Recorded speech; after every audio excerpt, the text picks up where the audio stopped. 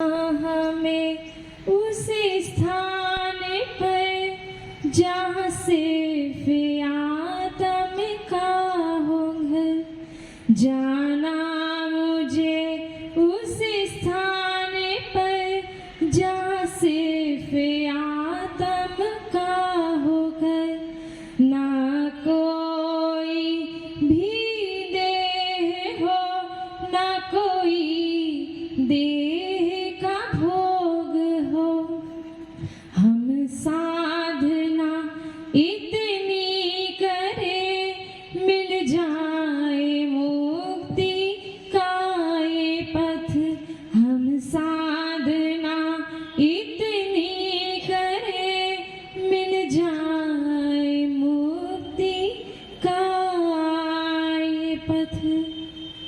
बोलिए त्रिकाल वर्ती त्रैलोक पूज्य विश्वाराध्य पंच परमेष्ठी भगवान की, आदि ब्रह्मा आदि तीर्थंकर आदिनाथ भगवान की, मूल नाय 1008 श्री सुपार्श्वनाथ भगवान की, अंतिम शासन श्री महावीर स्वामी की, परम पूज्य आचार्य श्री आदि सागर महावीर के विमल सागर सन्मति सागर जी गुरुदेव की, पूज्य गुरुदेव के चरणों में हम सभी नमन बंदन कोटिशा करेंगे इस भावना से कि जिस पथ पर आप चल रहे हो, जिस मोक्ष मार्ग पर आप आरूढ़ हो, हम सब भी इस मोक्ष मार्ग पर आरूढ़ हो, ऐसी भावना के साथ गुरु के चरणों में वंदन नमन करेंगे।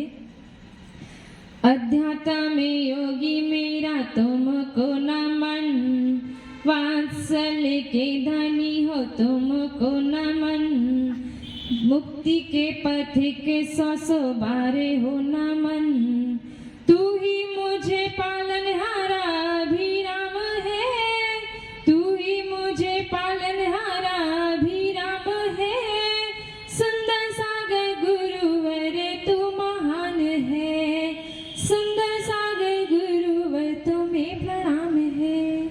मम शिक्षा दीक्षा गुरु परम श्रद्धेय परम आराध्य आचार्य भगवान सुंदर सागर जी महाराज की, 3 कमलों करोड़ मुनिराजों की, द्वादशांग जिनवाणी माता की, समस्त आचार्य संघ की जय।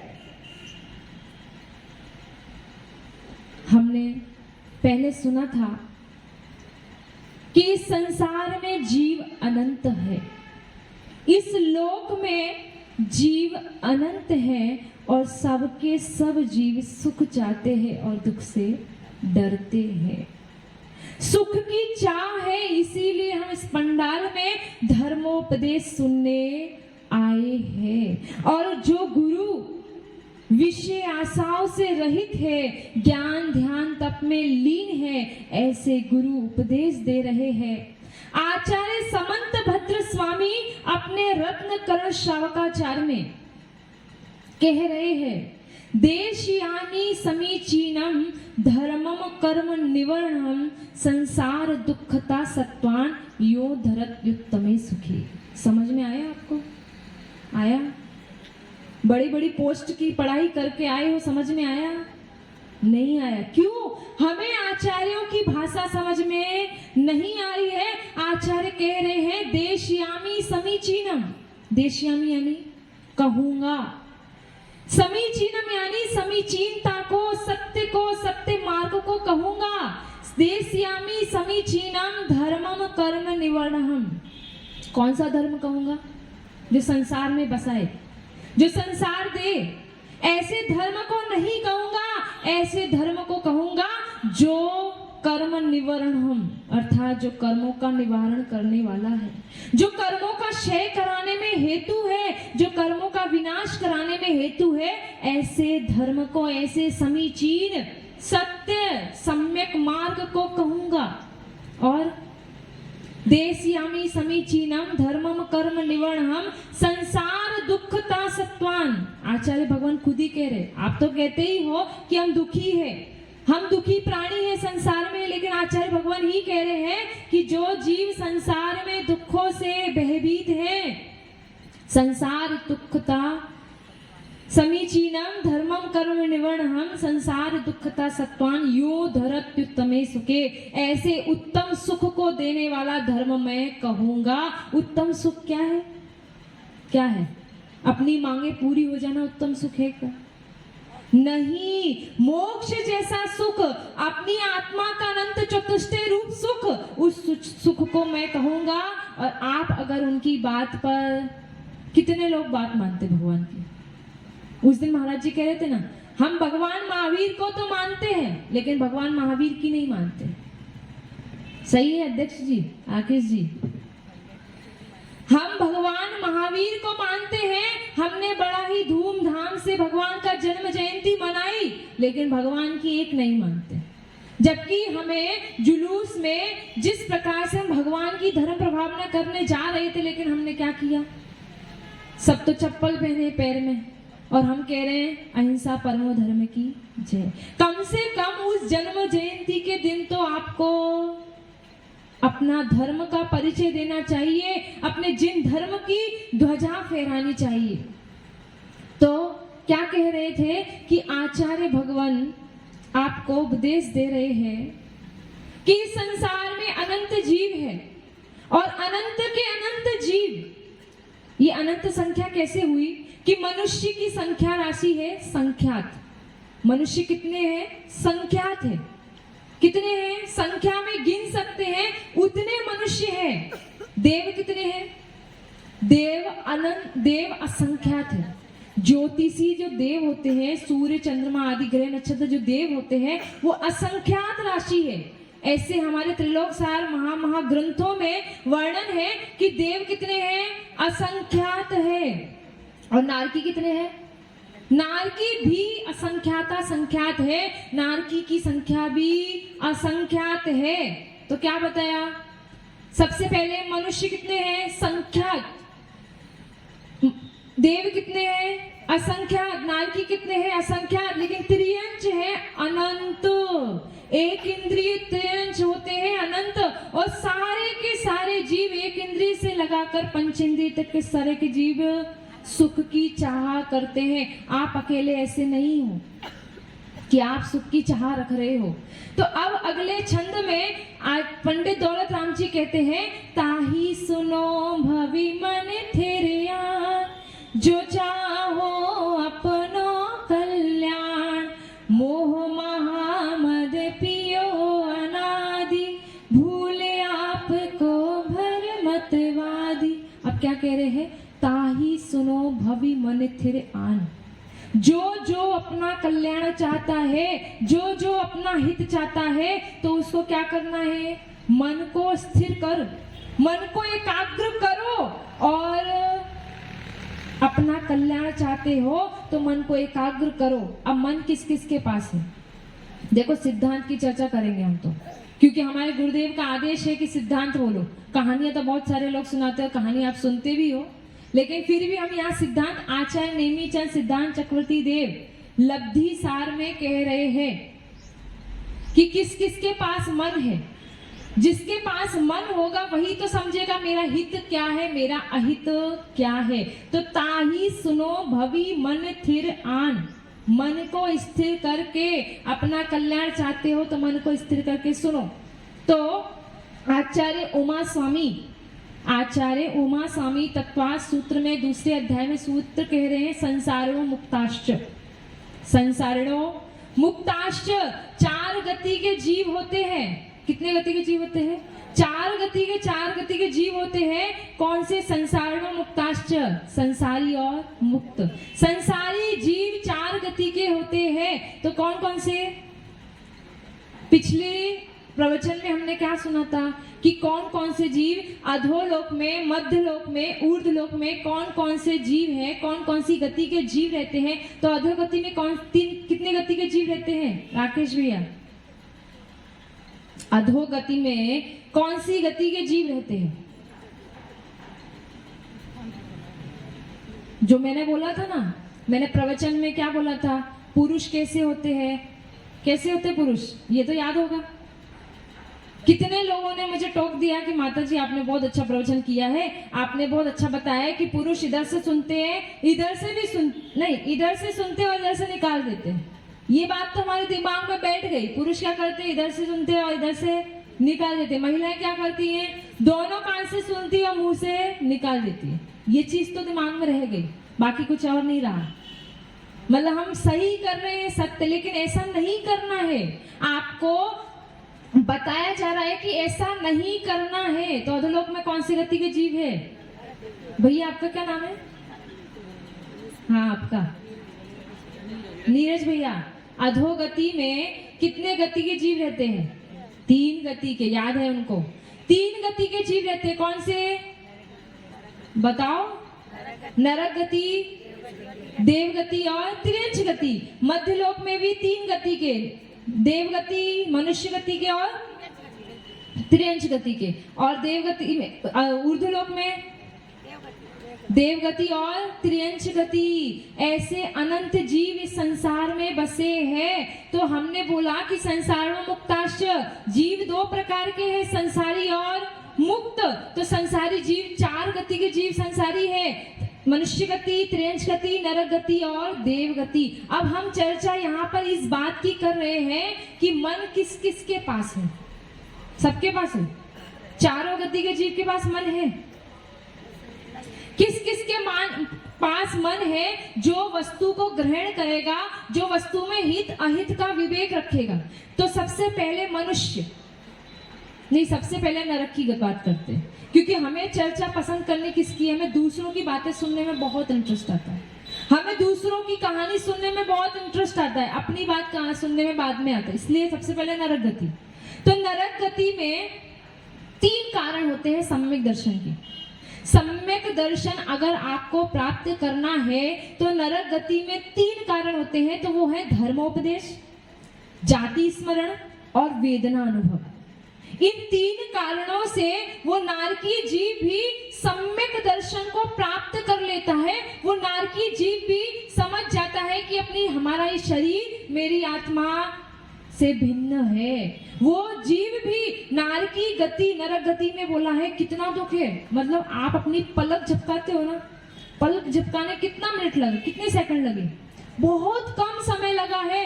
उस पलक झपकाने में भी जितना समय लगता है उतने समय मात्र का भी सुख उस नरक गति में नहीं है। और उसके बाद भी वहां पर वो जीव सम्यक दर्शन को प्राप्त कर लेता है। तो 3 कारण थे, धर्मोपदेश, जाति स्मरण और वेदना अनुभव। यानी वहां पर भी वो धर्म उपदेश सुनकर, वहां पर भी वो नारकीय जीव धर्म उपदेश सुनकर सम्यक्त को प्राप्त करता है। यानी उस नारकी की कितनी इंद्रियां हैं? कितनी इंद्रियां हैं नारकियों की? 5 इंद्रियां हैं। नरक गति का जीव, नारकी जीव की 5 इंद्रियां हैं। मन सहित है, वो भी भगवान का, जिनेंद्र प्रभु की वाणी सुनकर वहां पर असुर, वहां पर तीसरे नरक तक 7 नरक थे। कौन से थे? रत्न, शर्करा, बालुका, पंक, धूम, तमो, महात्मा, प्रभा, भूम्यो, गनाम्बु, वाताकाश, प्रतिष्ठा, सप्ताह, धोधा। ये 7 नरक थे। उस 3 नरक तक, रत्न, शर्करा, बालुका, प्रभा, तीसरे नरक तक कोई भी जीव जाकर, कोई भी देव जाकर उस नारकी को धर्मोपदेश देकर वो भी सम्यक की प्राप्ति कर सकता है। हम आपको ये सब इसलिए बता रहे हैं कि आप, केवल आप ही नहीं, केवल आप ही मनुष्य गति के जीव ही नहीं कि धर्मोपदेश सुनकर अपना सम्यक को प्राप्त कर लो, बाकी 4 गति के जीव भी सम्यक दर्शन को प्राप्त कर लेते हैं। धर्मोपदेश सुनकर, जिनेंद्र भगवान की वाणी को सुनकर अपने अंदर आत्मा की निर्मलता, कषायों का अनुदय कर देते हैं। अब आते हैं देव गति में भी, देव गति में धर्मोपदेश है। देव गति में भी 4 कारण हैं सम्यक। आचार्य भगवान नेमिचंद सिद्धांत चक्रवर्ती देव अपने लब्धि सार में कह रहे हैं। कौन आचार्य नेमिचंद सिद्धांत चक्रवर्ती देव? आचार्य जी ने अपने प्रवचन में बताया है ना। आचार्य नेमिचंद सिद्धांत चक्रवर्ती देव कौन? जिन्होंने गोमटेश बाहुबली, जो गोमटेश जिसका 12 साल में अभिषेक होता है, ऐसे बाहुबली भगवान की प्रतिष्ठा की थी। ऐसे आचार्य नेमिचंद सिद्धांत चक्रवर्ती देव का शास्त्र है लब्धि सार, उसमें उन्होंने लिखा है कि देव गति के में भी 4 कारण है सम्यक्त के। कौन से? धर्मोपदेश, सबसे पहले धर्मोपदेश, जाति स्मरण, जिन बिंब दर्शन और देव रिद्धि दर्शन, यानी वहां पर भी धर्मोपदेश के द्वारा वह जीव ताही सुनो भवि मन थिर आन, अपने मन को स्थिर करके वो भी सम्यक्त को प्राप्त कर सकता है। वो भी धर्मोपदेश सुनकर, धर्मों की बातें सुनकर अपने आप को निर्मल कर सकता है। अब किसकी बात करें? आपकी करें या पहले त्रियंश की करें? त्रियंश की कर लें, क्योंकि पर पदार्थों में रुचि है। हमें किसमें है? आचार्य कुंद स्वामी अपने समय सार ग्रंथ में कह रहे हैं कि इस जीव ने आप ही सब, भगवान ने, मुक्त अवस्था से क्या संसारी बन सकते हैं? जो एक बार जीव मुक्त हो गया कि वो वापस संसारी बनेगा? नहीं, संसार पूर्वक ही मोक्ष होगा। तो आचार्य कुंद स्वामी अपने समय सार में लिख रहे हैं कि इस जीव ने अनादि काल से काम भोग बंध की कथा सुनी है, अनुभव में आई है, परिचय में आई है, इसलिए हमें पर पदार्थों में, पर में रुचि होती है। क्यों? क्योंकि अनादि काल के संस्कार कैसे हैं? अनादिकालीन संस्कार हमारे ऐसे ही है। काम भोग बंध की कथा अच्छी लगती है। अगर आज आपको बोले कि आपको 12 बजे तक प्रवचन सुनना है, क्या होगा? धीरे धीरे साहब उठ जाएंगे। क्यों? क्योंकि हमारे संस्कार ऐसे है ही नहीं। हमारे संस्कार कैसे हैं? काम भोग बंध की कथा ये जीव ने अनादिकाल से सुनी है, अनुभव में आई है और परिचय में आई है, लेकिन अपनी शुद्ध बुद्ध एक विभक्त आत्मा की कथा ना इसने सुनी है ना अनुभव में आई है, इसलिए हमें आत्मा में रुचि नहीं हो रही है। हमें कब तक प्रवचन का समय है 8:30 से 10, इसके ज्यादा अगर खिंच गया तो बस आकुलता होने लगती है कि कब दुकान जाना है, कब घर का काम करना है। सही है, हमारी जिंदगी कैसी हो गई है हमें खुद को ही नहीं पता है। अध्यक्ष जी, आप अध्यक्ष हो इसलिए आपको आना पड़ता है, पूरी ड्यूटी निभानी पड़ेगी। जिस दिन अध्यक्ष जी नहीं आएंगे उस दिन आचार्य जी कहेंगे माइक से, अध्यक्ष जी कहाँ है ना संतोष जी? सही है, आपको अनुभव है ना, 4 महीने चातुर्मास में अनुभव है। तो हम यहाँ ये कहना चाह रहे हैं कि देव गति हो गई, नरक गति हो गई। अब त्रियंश गति के जीव भी, त्रियंश गति के जीव एक इंद्रिय भी होते हैं, 2 इंद्रिय, 3 इंद्रिय, 4 इंद्रिय, 5 इंद्रिय, 5 इंद्रिया होती है। तो त्रियंश गति में भी जो 5 इंद्रिय त्रियंश है वो भी संघी और असंघी, संघी यानी जो मन सहित है और संघी यानी जो मन रहित है। ऐसे जो संघी पंचेंद्रिय त्रियंश है उनके पास भी 3 कारण है सम्यक्त को प्राप्त करने के: धर्मोपदेश, जाति स्मरण और जिन बिंब दर्शन। कोई त्रियंश भी जिन प्रतिमा के, जिन बिंब दर्शन करके भी सम्यक्त को प्राप्त कर लेता है। जैसे समोषण बनाते हैं ना, वो मानस्तंभ बनाते हैं, तो सबसे ऊपर मतलब कोई त्रियंश भी भगवान की प्रतिमा देखकर सम्यक्त को प्राप्त कर सकता है। मैं ये सब बात इसलिए बता रही हूँ कि चारों गति में धर्मोपदेश नाम का गुण है। धर्मोपदेश से वो जीव सम्यक्त को प्राप्त कर लेता है। अब आते हैं अपने ऊपर, मनुष्य गति। हम मनुष्य गति के जीव हैं और इस मनुष्य गति में भी जो त्रियंश गति के 3 कारण थे सम्यक्त को प्राप्त करने के, वही ये 3 कारण है: धर्मोपदेश, जाति स्मरण और जिन बिंब दर्शन। यानी आप यहाँ प्रवचन सुनने आए हो सकता है आचार्य भगवान के कोई भी एक शब्द को सुनकर आपको सम्यक्त की प्राप्ति हो जाए, और जिसको सम्यक्त प्राप्त हो गया है उसके सम्यक दर्शन में निर्मलता आ जाए। तो ये धर्मोपदेश तो ऐसे ही पंडित दौलत राम जी कह रहे हैं, जे त्रिभुवन में जीव अनंत, सुख चाहे तुकते भवन, ताते दुख हारी सुखकार, कहे सीख गुरु करुणाधार। ये गुरु आप पे करुणा कर रहे हैं, आपको यहाँ पर हमें कुछ दे नहीं रहे, लेकिन फिर भी हम सोच रहे हैं कि अगर आप अनादि काल से इस मिथ्यात्व में पड़े हो, इस भूल में पड़े हो, इस गलत भूल में पड़े हो कि ये परिवार मेरा है, तो आप इस भूल से दूर हो जाओ। आप इस भूल को दूर कर दो कि मैं एक अलग आत्मा हूँ, ये सब व्यवहार है लेकिन निश्चय में तो मेरी आत्मा ही मेरी है, निज शुद्ध बुद्ध आत्मा ही मेरी है। तो ताही सुनो भवि मन त्रियान, जो चाहो अपनो कल्याण, यदि इच्छति दुख परिमुखम। आचार्य जी के मुख से सुना होगा आपने, यदि इच्छति दुख परिमुखम, यदि आपको दुखों से छूटने की इच्छा है, मोह महामद पियो अनादि, अनादि काल से मोह रूपी मदिरा पी ली है, अनादि काल से मोह से ग्रसित है, इसलिए अपना कल्याण नहीं कर पा रहा है। घर में जाते तो आंटी आती मेरे पास, माता जी अच्छा नहीं लगता, यहाँ रहते तो ऐसा लगता है यही बने रहो, लेकिन उनसे मोह भी नहीं छूट रहा है। पता चल रहा है कि घर का कार्य करना, आरंभ परिग्रह जो करना, वो बहुत आरंभ बहुत परिग्रह नरक आयु के आश्रम का कारण है, उसके बाद भी घर नहीं छूट रहा। क्यों?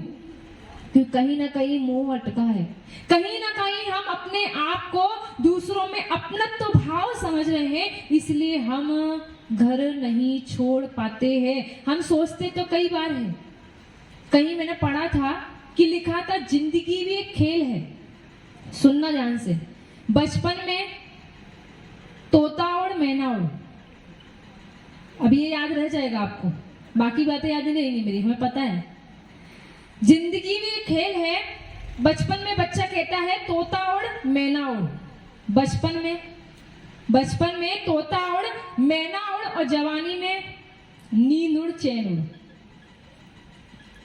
नींद उड़ चैन उड़, और बुढ़ापे में दांत उड़ बाल उड़। अब ये याद रह जाएगा आपको, क्योंकि ये मतलब की बात है, ये दूसरों को बताने जैसी बात है। लेकिन अभी जो दीक्षाएं होने वाली है, वो दीक्षार्थी ने दो काम तो कर लिए। क्या दो काम कर लिए? तोता उड़ मैना उड़, नींद उड़ चैन उड़, अब क्या रह गया है? दांत उड़ और बाल उड़। उससे पहले वो चाह रहे हैं कि मेरे दांत उड़ जाए और बाल उड़ जाए, उससे पहले मैं अपना काम कर लूं। इससे आपको सीख मिल रही है कि आप भी, यहाँ पे मैक्सिमम सीनियर सिटीजन ही बैठे, तो आप लोगों को सीख मिल रही है कि एक ये जिंदगी का खेल है, और इस जिंदगी के खेल में मत रहो, अपने स्वरूप को जानो, अपनी आत्मा को समझो। और सच में मैं अपना अनुभव बता रही हूँ कि अपनी आत्मा को समझ जाओगे, जब किसी से अपेक्षाएं नहीं रखोगे, तो सच में अपनी आत्मा की अनुभूति होगी और अपने आप का कल्याण कर लोगे। कब तक? अनादिकाल से तो काम भोग बंद की कथाएं सुनी है, अनुभव में आई है, अब तो अपना कल्याण कर लो। कब तक?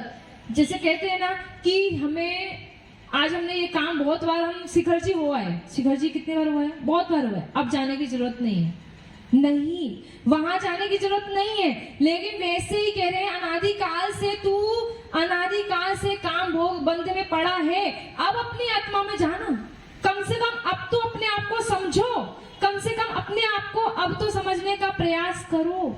जो काम कई बार कर चुके हो, अब बार बार वही क्यों कर रहे हो?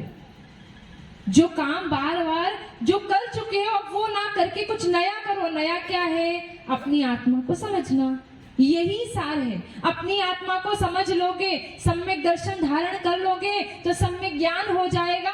और जो जीव सम्यक दृष्टि होता है, जो सम्यक ज्ञानी होता है, वो निश्चित एक दिन सम्यक चारित्र को धारण करता है।